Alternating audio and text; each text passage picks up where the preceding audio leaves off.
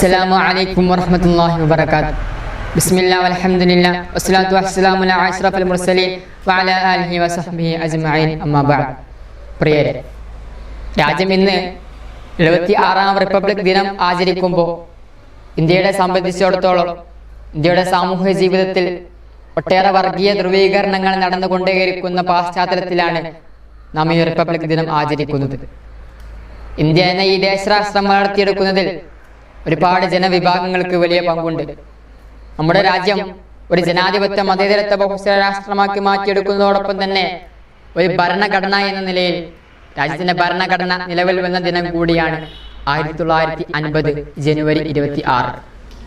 Indian ഭരണഘടനയുടെ ഏറ്റവും വലിയ പ്രത്യേകത എന്നത് എല്ലാ നാനാജാതി വിഭാഗങ്ങൾക്കും മതവിഭാഗങ്ങൾക്കും മറ്റു എല്ലാ സമൂഹങ്ങൾക്കും തുല്യ അവകാശങ്ങളും സംരക്ഷണവും നൽകുന്നു എന്നത് മാത്രമാണ്. അതുകൊണ്ട് തന്നെ ഈ ഭരണഘടന നിലനിർത്തിയിട്ടാണ് ആധുനിക സമൂഹത്തിലെ പുതിയ കാല വെല്ലുവിളികളെ നാം അഭിസംബോധന ചെയ്യേണ്ടത്. ഇന്ത്യ ഇന്ന് ഒരു സുവിശേഷ സാഹചര്യത്തിലൂടെയാണ് കടന്നുപോയിക്കൊണ്ടിരിക്കുന്നത്. വർഗീയ ജനാധിപത്യ വിധ്വംസകവൃത്തിക്കും ഫാസിസ്റ്റ് കുടിലുകളുടെ തന്ത്രങ്ങൾക്കും സാക്ഷിയാകുന്ന ഭീമമായ അന്തരീക്ഷം. മതം മനം മയക്കുന്ന കറുപ്പാണെന്ന മാർക്സിസ്റ്റ് സിദ്ധാന്തത്തോടനുബന്ധിച്ച് പറയുകയാണെങ്കിൽ ഫാസിസം മനം മയക്കുന്ന കാവ്യാണെന്ന് പറയുന്നതിൽ സംശയമില്ല.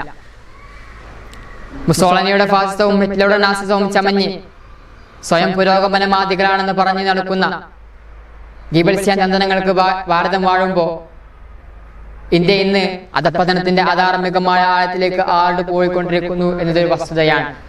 കാരണം വൈവിധ്യങ്ങളുടെ രാജ്യമാണ് ഇന്ത്യ.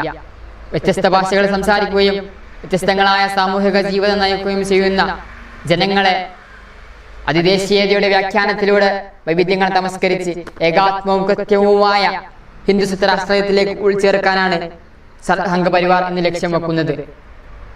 ബഹുമതങ്ങളുടെ സങ്കീർണമായ രാജ്യത്തിന്റെ സുഹൃതമാണ് മതേതരത്വം. ഇന്ത്യൻ ഭരണഘടനയുടെ ആദ്യ ഭാഗത്തിൽ തന്നെ മതേതരത്വത്തിന് അടിവര ഇടുന്നു എന്നത് ഈ ഒരു ആശയത്തിന്റെ മകുടമായ മാതൃകയാണ്.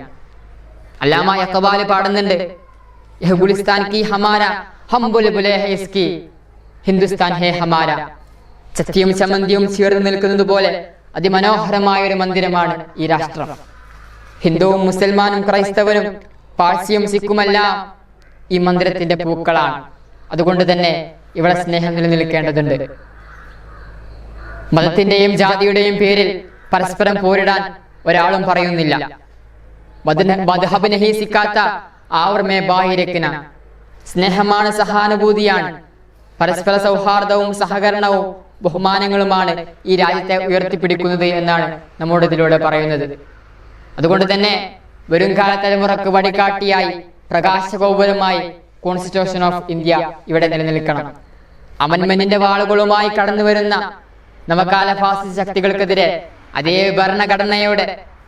ഭരണഘടനയുടെ താഴ്വേര് ഉപയോഗിച്ചുകൊണ്ട് ദൈക്ഷണിക പ്രതിരോധം തീർക്കാൻ, ഭൗതിക പ്രതിരോധം തീർക്കാൻ നാം സജ്ജരായിട്ടില്ലെങ്കിൽ പാരമ്പര്യങ്ങളുടെ ഇന്ത്യ നമുക്ക് നഷ്ടമാകും. പിന്നെ ബാക്കിയാകുന്നത് വെറുപ്പിന്റെയും വിദ്വേഷത്തിന്റെയും പകയുടെയും ചെളി മാത്രം ബാക്കി നിൽക്കുന്ന ഒരു താമരക്കുളം മാത്രമായിരിക്കും എന്ന് ഓർമ്മിപ്പിച്ചുകൊണ്ട് ഞാൻ എൻ്റെ വാക്കുകൾ ഉപസംഹരിക്കുന്നു. അസ്സലാമു അലൈക്കും വറഹ്മത്തുള്ളാഹി വബറകാതുഹു.